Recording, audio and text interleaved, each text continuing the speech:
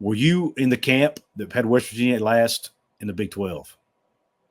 I did not. I had them 11th. I actually had Iowa State in last. I'm happy we're talking about Neil Brown, just because I think in terms of all the coaches I talked with, he was by far my favorite, just because he's just like a genuine, awesome human being. And I really do like him, and he had so much fun with our show. I'm really happy for him, and I'm really happy for the West Virginia fans, because I think you guys are such a great and loyal fan base, and also a program that I think is one of those sleeping giants. Like, when West Virginia is really good, they're really good. And it was confusing because there's so many like bad football mistakes that Neil Brown was making when it came to like clock management or timeouts or everything like that. And it's like, can you just get it together? And this year, and then like he gave, his play calling duties to Graham Harrell, and it's like, oh, this is going to work. And he's like, you know what? I'm the play caller. I'm going to do this. We're going to win games. And he had the ability to adapt. And I'm just so proud of Neil Brown. And I'm sure for you guys, you were worried this year, like, okay, like we're probably going to have a new head coach. And now you feel confident. Like, what has been the difference between before the Big 12 season and after with you and Neil Brown? For me personally? Yeah. Beginning of the season, I was basically, I had him he was on my, if I was the decision maker, he would have been on my hot seat big time. And I would have said, you've got until about halfway through the season to prove yourself. And, if you're not on an upward trajectory, then we're moving on during the bye week, which was like halfway through the season. Well, he turns around and goes 4-1 in the first 5 games. We had that fluke loss to Houston, where the team didn't play very well. Still should have won the game, but didn't play well. And but again, chalk it up to a fluke, right? It happens. The only game this year that West Virginia really was out talented, in my opinion, was Oklahoma. We got blown off the field. Oklahoma had lost 2 games in a row. They had played 2 away games in a row. They were coming back home to Norman, a night game.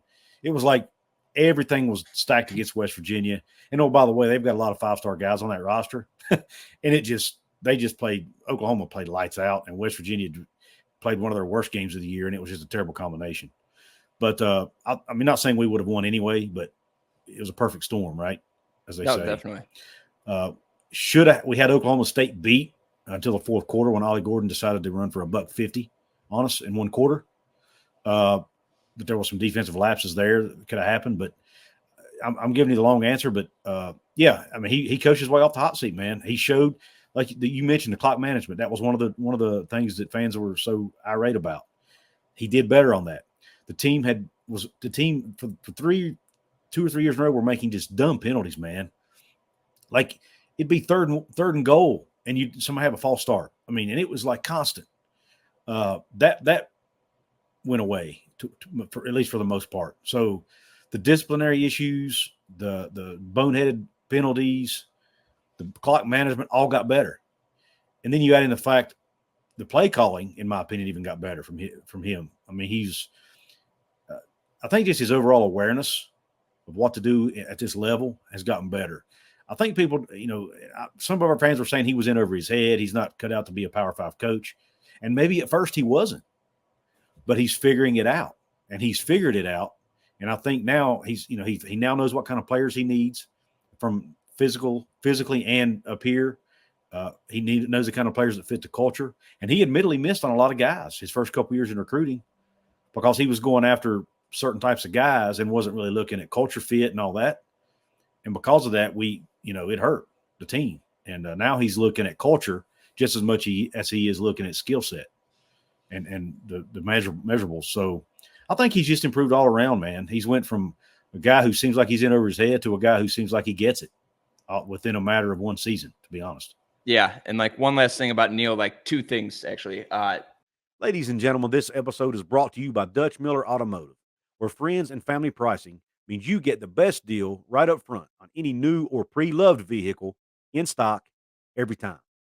With brands like Chevrolet, Chrysler, Dodge, Jeep, Ram, Kia, Hyundai, Ford, GMC, Buick, and Subaru, the Dutch Miller Automotive family is always growing and ready to put you in the car or truck you've been searching for.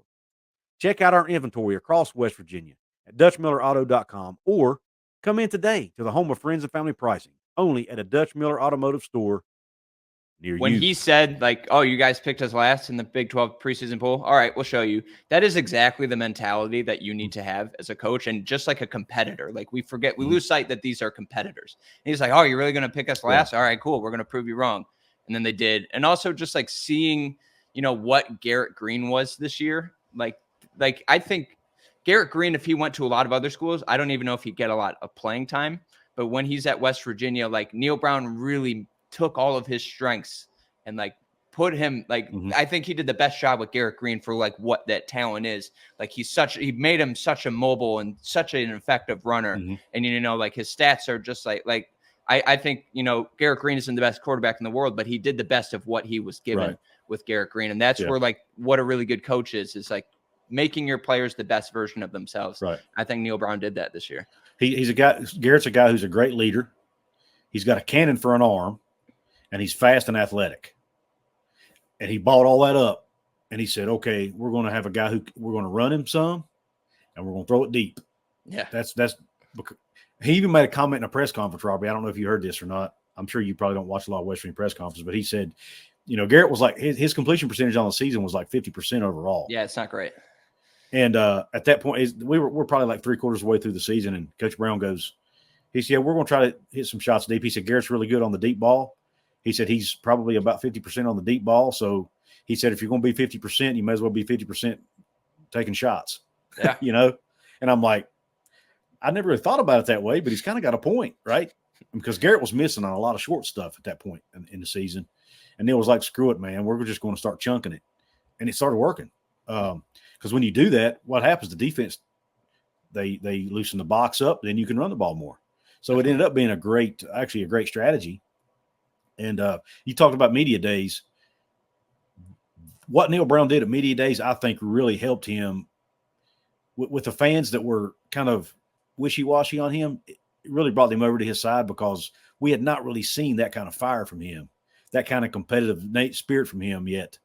And when he did that, I mean, it was like the fans loved it, man, because you're standing up for your guys, you're standing up for your program, and we loved it. And then for them to go out and back it up made it even more special. So now you've seen a complete flip. You've still got a few guys out there who are like, yeah, Neil's he's still not. They're still not sold on him, right?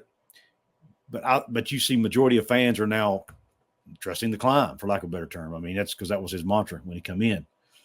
But it's amazing to see a fan base go from wanting the coach fired to now half the fan base is talking about winning the conference next year. I mean, it's completely flipped. Like that's crazy. The power of winning. Like year winning. I think out of like 10, he was 9 on the hot seat. And now I think he's at like a 3 or a 2, which is remarkable in just 1 year. And you don't even win the conference. That is remarkable. I will say this though. Somebody asked me this the other day. I think it was on X. If he was still on the hot seat, I said he's not on it right now, but he could get his way back on it very quickly. If he doesn't progress, or if he goes backwards and has another losing season next year, or only wins say 7 games, then you're probably there's going to be a lot more rumblings again, at least from the fan base's perspective, on whether he should be the coach or not. Because once you get progress, you've got to stay there, right? You've got to prove that you can do it on a consistent basis. So I think we still need to see him do that for 1 more year before everybody's on board. Then I think if he can prove it again next year and go out and win 9-10 games next year, then I think we'll say, okay, he's our guy. Yeah, and for the long term. Last thing about that, I think losing Zach Frazier is going to hurt. That guy is an amazing human being, and just like when it comes to the offensive line, like I worked with Gabe Eichert, who was an All-American center at Oklahoma, and he was our host. Like, so he loves the offensive line. He said Zach Frazier was by far the best offensive lineman center he's seen in the league in a very long time, since Creed Humphrey. Wow. And that's a player that, like, I think that it's a very important loss, even though he may not get touchdowns or may not get sacks. Like that's a player that does so much impact in terms of leadership. Like and he came on our show and he was such a great human being. So you guys are going to miss him, but we definitely will. I mean, I think he was missed even in that bowl game. We didn't run the ball very well in the bowl game at all. I think part of that was him missing. CJ was out for that game too. That might've played a factor. Yeah. He's dealing with an injury. So, could it have played a role? I think it absolutely did play a role, because there were so many different things they could do with him from a blocking scheme, standpoint, that you can't do with an average center. Right? He would pull, I mean, how many centers you see pull? Right. You know, he did it a lot. You were all the time seeing Zach Level at the second level of the defense blocking downfield, and he was just the guy. His motor was continuous, and then add to that his ability and skill level. I think he'll.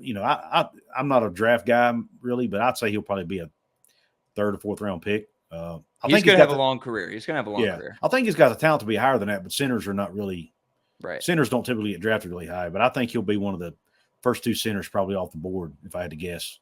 I'm hoping his ankle injury or lower leg injury, whatever it is, doesn't hurt him, but it shouldn't because he should be about healed up by now. But anyway, well, Robbie, one more time, man, let everybody know where they can find you and your work.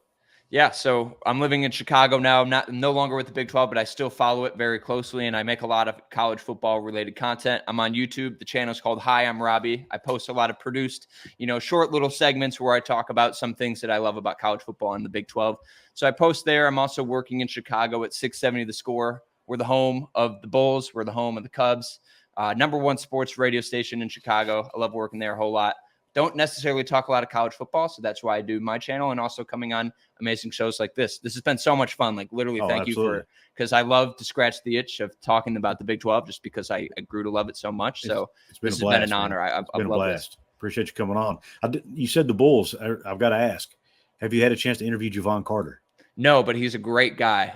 He's an amazing human being. I've had a chance to just say hello to him, but no, Javon's a very good guy. We love him here in West Virginia country, man. He's a legend there. Yes. Yeah, he is definitely. He was the head of the Press Virginia days. Right. All right, Robbie. Well, man, thank you again for coming on. Everybody, don't forget to go check out Robbie's work at Hi, I'm Robbie on YouTube. Follow him on X at the Triano Kid. For those of you watching, it's on the screen. If you're listening, it's just like it sounds. The Triano Kid, KID. Go check it out on X. And again, on YouTube at Hi, I'm Robbie. Robbie, thanks again, man. And hopefully we'll do this again soon. Oh, anytime. Thank you. Take care.